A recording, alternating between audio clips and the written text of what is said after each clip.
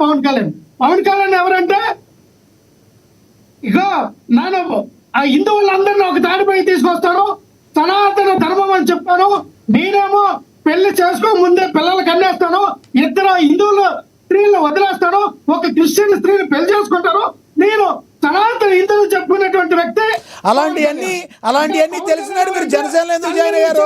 ఒక మాట ఇక్కడ మీరు కావాలని మాట్లాడుతున్నారో ఏమో తెలియదు, కానీ అలాంటి వ్యక్తి పెళ్లి చేసుకోక ముందే పిల్లలను కన్నాడని తెలిసిన వ్యక్తి పార్టీలో మీరు ఎందుకు జాయిన్ అయ్యారు? ఎందుకు ఆయనతో క్యారీ అయ్యారు?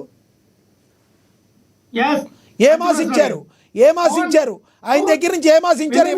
ఇవ్వకపోతే బయటకు వచ్చేసారా?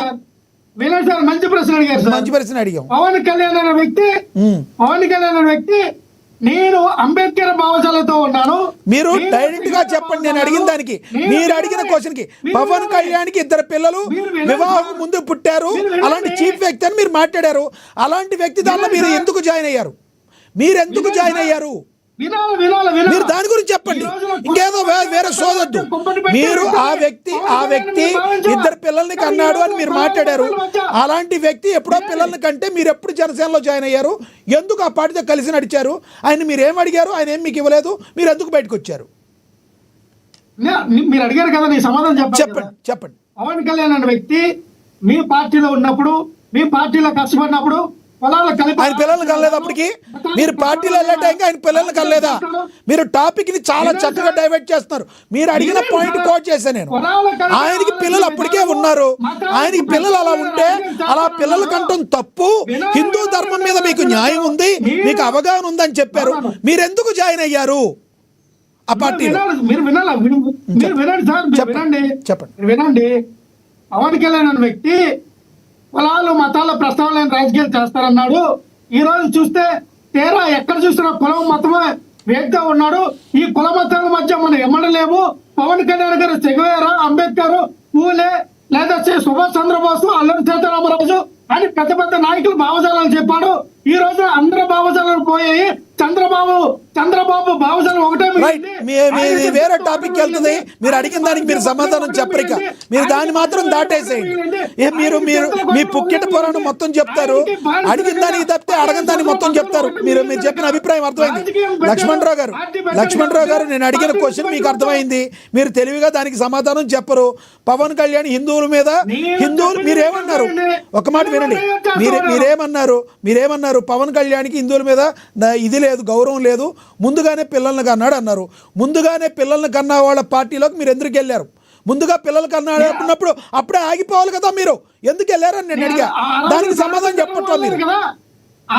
సనాతన ధర్మము మీ కన్వీనియంట్ గా మాట్లాడమాకండి. రైట్. టాపిక్ మీద కంక్లూడ్ చేస్తారా? సమయం అయిపోయింది, అందరికి వెళ్ళాలి. టాపిక్ మీద లక్ష్మణరావు గారు ఇక మీకు అది అర్థమైందిలే, కానీ మన ఇద్దరు మాట్లాడిన విషయం ప్రజలకి అర్థమైంది. నేనేమంటానంటే టాపిక్ మీద కంక్లూడ్ చేయండి. పేరు నాని గారి ఇష్యూ గురించి 30 సెకండ్స్ ప్లీజ్. మిగతా వాళ్ళందరూ ఉన్నారు, ప్లీజ్ కంక్లూడ్ చేయండి. ఒక్క నిమిషం. అంటే పేరు నాని గారు ఎందుకన్నారంటే, పవన్ కళ్యాణ్ గారు ఎవరో చెప్తే వాళ్ళ బడ్జెట్ చెల్లించక కాదు. ఆయనకి ఏదైనా తెలుసుంటే మాట్లాడచ్చు, తప్పులేదు.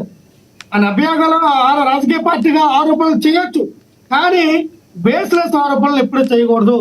మినిమం ఎంతో కొంత చాలా సమయం అయింది.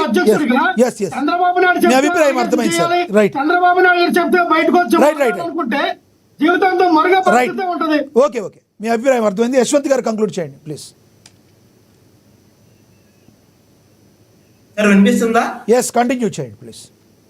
సార్ ఇందాక మీరు ఫస్ట్ గా లక్ష్మణరావు గారికి అవకాశం ఇచ్చినప్పుడు ఆయన మాట్లాడుతా ఏమంటాడంటే, ఈ కనపడనప్పుడు అంటే నెయ్యి అనేది అసలు లేనప్పుడు ఇక్కడ దాంట్లో యానిమల్ ఫ్యాట్ ఎలా కలిసిందని వీళ్ళు చెప్పారు అని చెప్పి ఆయన అంటున్నాడు కదా సార్.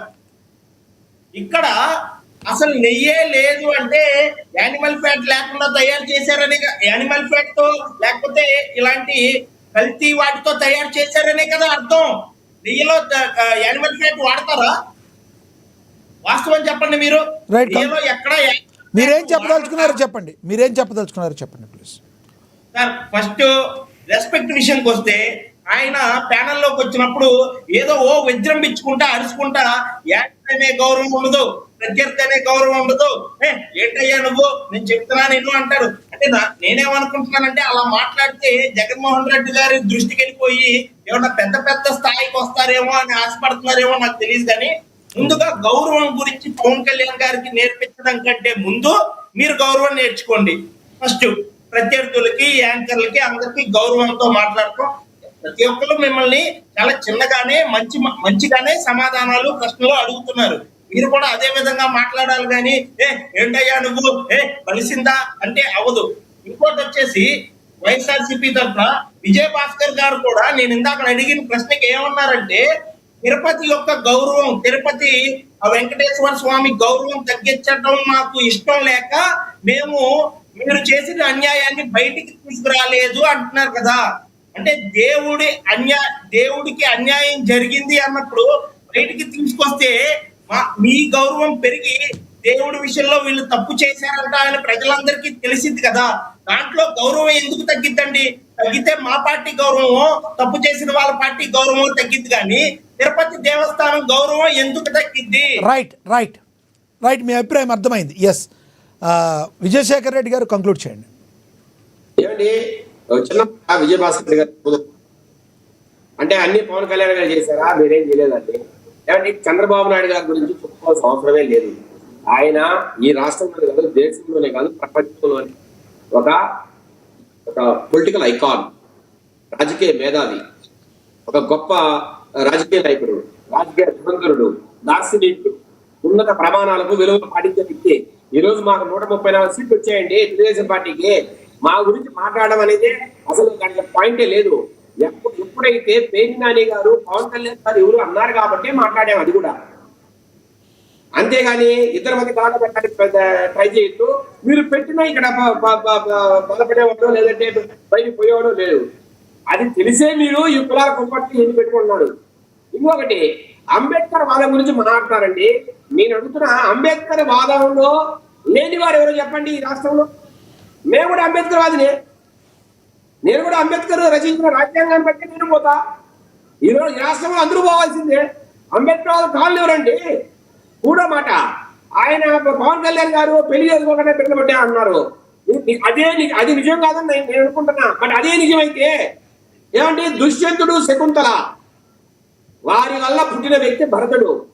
ఆ భరతుడు ధర్మానే ఈరోజు భారతదేశం. వాళ్ళిద్దరు పెళ్లి చేసుకుంటేనే పుట్టాడు అంటే భరతుడు. ఓకే, పాయింట్ రండి సార్, పాయింట్